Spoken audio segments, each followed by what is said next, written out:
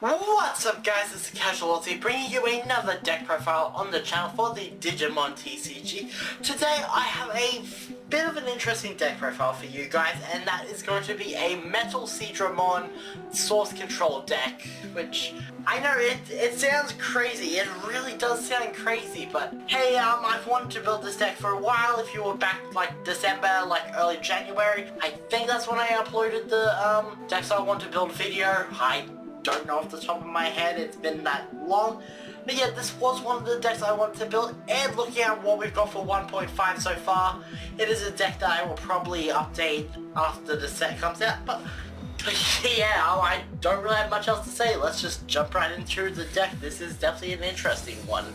Anyway, starting off with the Digi-Eggs like we do for every deck profile, I play 4 copies of Upamon and then 1 copy of Wenyamon.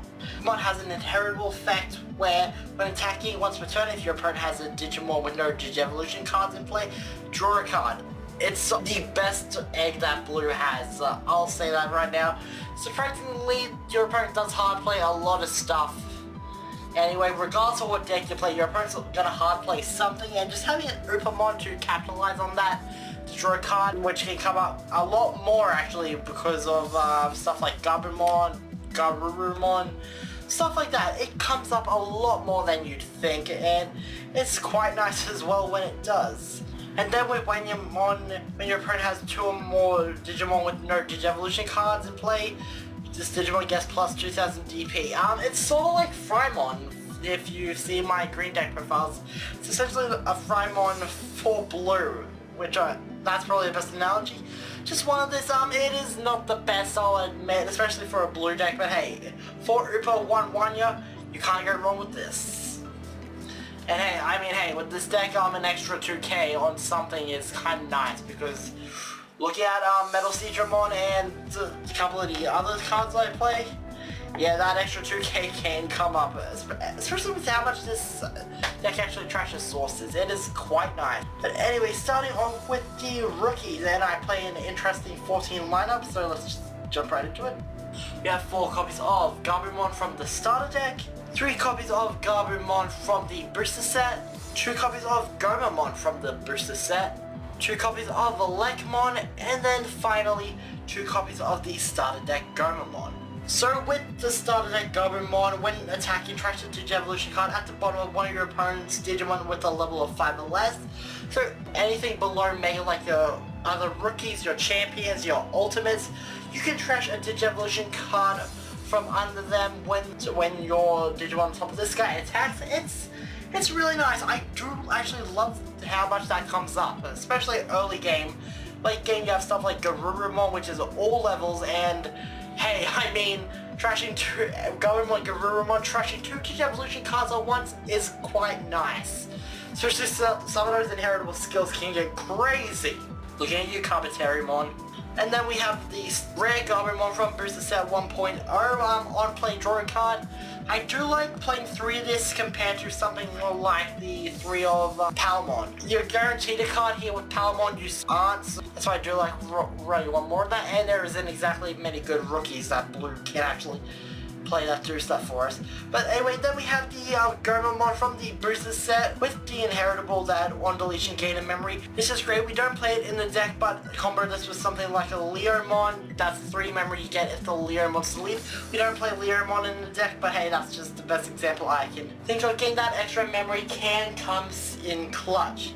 Now with the Lekmon and Gomamon there, the 2 drop hard plays, really I only play 2, I play 2 of each really just to play around Omnimon. I know, I'm not taking this deck to a tournament anytime soon, but hey, I am going to play around Omnimon. If not, otherwise I would probably run Gomamon just because I like Gomamon more than a Lekmon.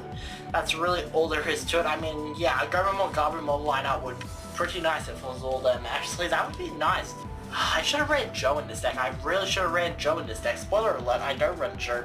But anyway, moving on to the 4s, I play 4 copies of Garurumon, 4 copies of Grizzlymon, and finally 3 copies of Gorillamon.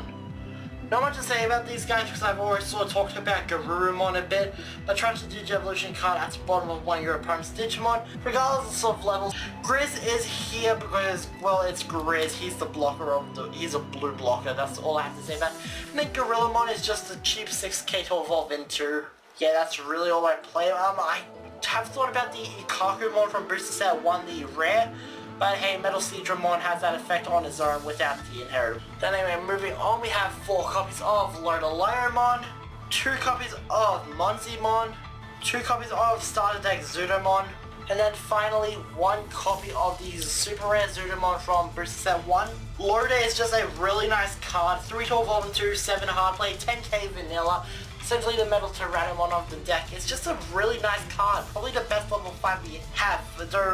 And then Monzimon, it's a 2 to evolve into. It's essentially the Grandramon of the deck. Yeah, Monzimon just cheap to evolve into, that's why I played 2 of him. I thought about playing 4, but there's stuff I'd rather play, such as Zudomon, because when Digivolving, you get to trash 2 Digievolution cards at the bottom of your opponent's Digimon. Just a really nice card in all. And then with the other Zudomon, on play, trigger draw 2, 7 to play, 3 to evolve into, but hey, why are you going to evolve into this guy when you can pay 7 memory and then draw 2 cards off him? He gains a memory if your opponent has a Digimon no Digievolution sources when you attack with a Mega. This guy's under a Mega, that's a free memory for you. Blue loves getting free memory, so anyway, moving on to the Megas, we play 4 copies of the Starter Deck Metal Garurumon, and then 4 copies of MetalSeadramon. I do love the Metal Garurumon from the starter deck actually, because you don't exactly want to play something from your Digievolution sources when you're attacking with the Booster Set Metal Garurumon. This guy, you can unsuspend him when attacking. Who doesn't love this Metal Garurumon? Sure, he's 4 to play, but hey, you've got Hammer Sparks, you've got Matt, you've got a few ways to gain memory actually. Why not play a Metal Garurumon from the starter deck? He is the best Mega we have current, for this type of deck at least. And then we get to the star of the deck. We have MetalSeadramon. So on play he returns to your opponent's level 4 or lower Digimon to the hand, trashing all the cards under him.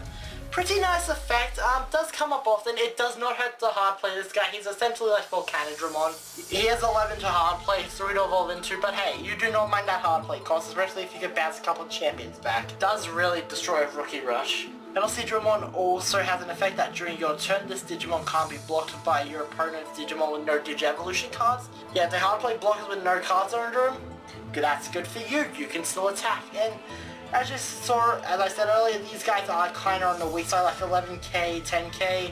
I did think about putting a red Takamiya in this deck to test, but hey, it doesn't come up often as you think, and this deck is kind of tight for room.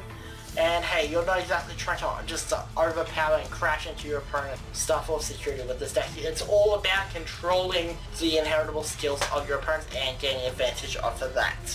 Anyway, moving on to the options, we only play 4 of them. You know what it is.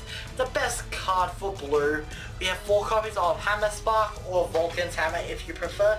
0 cost to play, gain a memory, and if you gain 2 memory if it's flipped over into security. This card is insane. I don't have to tell you, you don't have to look it up. You can probably see how insane this card is all on its own. It's insane the blue star deck comes before this card. It is, but hey, I'll happily take a star deck before Hammer Sparks. This card is insane. Absolutely insane. But anyway, final card of the deck are the Tamers. I played 2 copies of the red Matashita from the booster set, and then 1 copy of the starter deck Matashita. Booster pack Matashita is the memory tamer, so if you have 2 or less memory at the beginning of your turn, set your memory to 3. But its other effect is during your turn, when you play a Digimon, you can suspend this tamer to trash the bottom Digievolution card of one of your opponent's Digimon. So you actually get memory, and it also gets rid of your opponent's Digievolution sources. Not a bad card overall. And then the other Matashita from the starter deck.